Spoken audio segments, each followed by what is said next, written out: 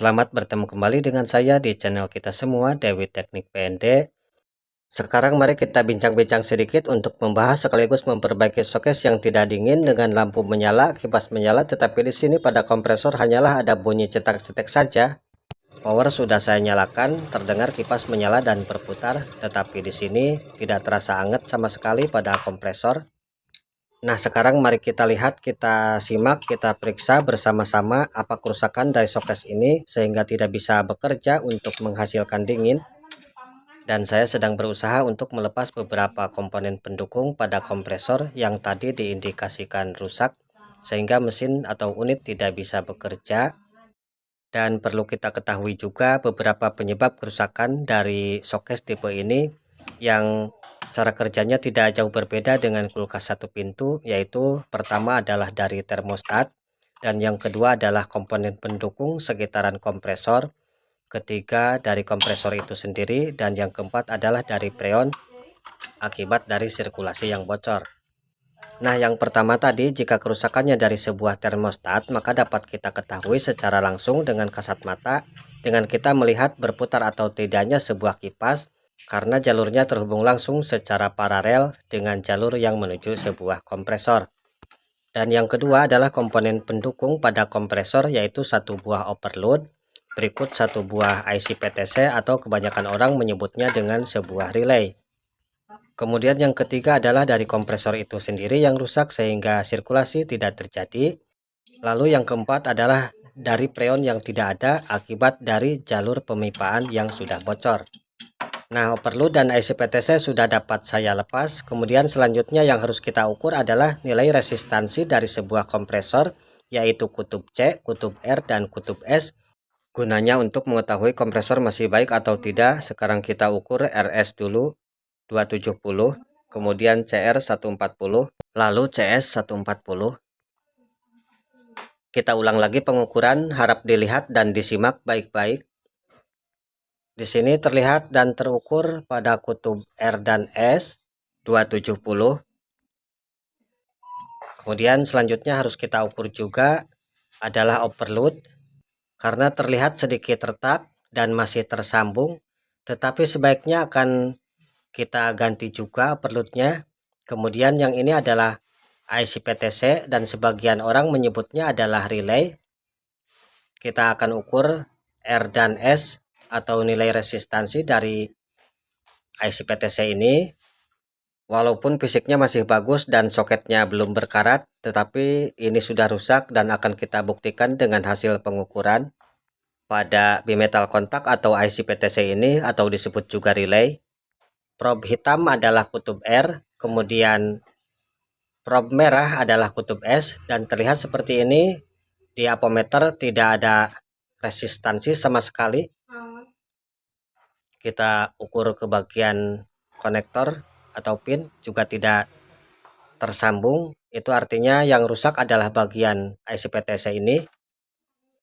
Nah, hasil pengukuran akan kita gambarkan atau kita tulis supaya terlihat antara ketiga konektor atau ketiga kutub pada kompresor, yaitu kutub C, R, dan S. Kutub C dan R 140, kutub R dan S 140. Kemudian tadi hasil R dan S adalah 270. Nah, sekarang coba kita hitung, kalkulasikan hasil pengukuran dari ketiga kutub tersebut. Nah, di sini CS dan CR kemudian RS, terlihat ada selisih sekitar 10 ohm, yang seharusnya kutub C dan R adalah lebih besar, dan batas 10 ini adalah batas toleransi untuk C dan R. Jadi kompresor masih dapat kita pergunakan. Selanjutnya akan kita ganti beberapa komponen yang baru. Nah, ini adalah IC PTC dan overload baru.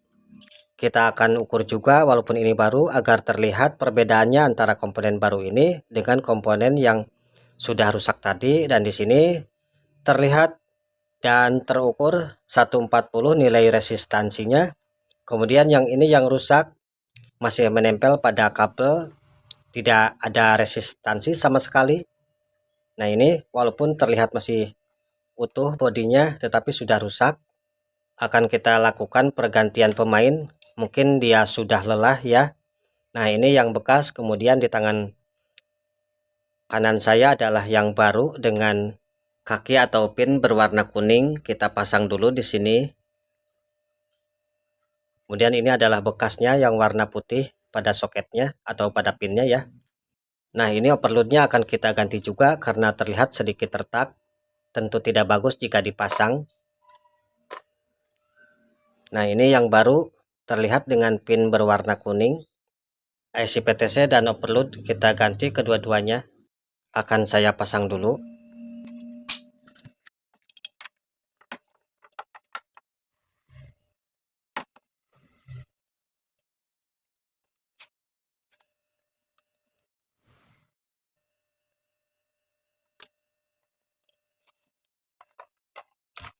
Setelah pergantian dua komponen, saatnya kita tes soket ini.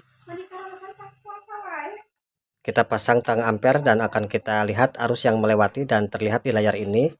Semoga soket ini dapat berfungsi kembali dan bekerja dengan baik.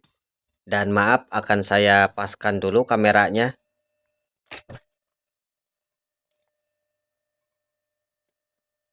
Kita nyalakan tang ampere guna untuk melihat besaran arus yang melewati ataupun bekerja pada kompresor, sekaligus juga untuk memantau kompresor bekerja dengan baik atau tidak. Akan terlihat pada layar nampak di sini.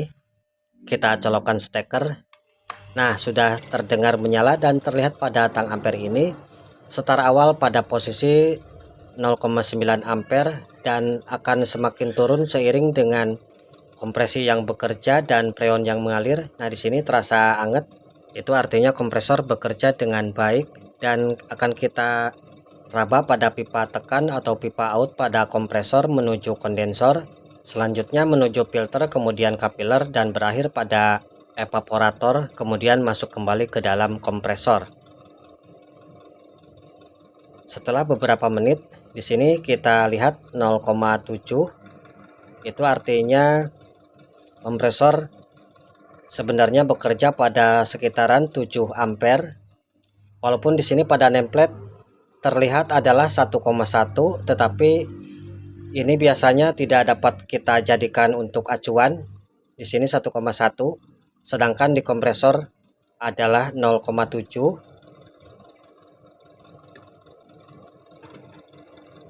Ini adalah jalur pengisian freon. Dan pipa tekan akan coba saya raba, sudah terasa panas, itu artinya baik. Saatnya saya tandai dengan jempol saya karena perbaikan sudah oke. Sekarang akan saya coba lihat pada bagian evaporator dan terlihat sudah bersalju. Kita buka pintunya. Nah, di sini sudah terasa dingin, saya raba seperti ini. Untuk pendinginan yang masih baik akan cepat merata saljunya seperti ini dan akan terasa lengket jika dipegang dengan tangan. Nah, di sini salju sudah terlihat semakin menebal. Inilah cara-cara memperbaiki soket yang tidak dingin dan diketemukan komponen IC PTC yang sudah tidak dapat bekerja dan perlu diganti. Seperti ini hasilnya, kita lihat. Di sini sudah sangat dingin dan semakin tebal. Semoga ini dapat dijadikan referensi bagi teman-teman semua dan penonton pada khususnya. Nantikan video-video saya selanjutnya tentang memperbaiki AC, kulkas, dan mesin cuci. Terima kasih.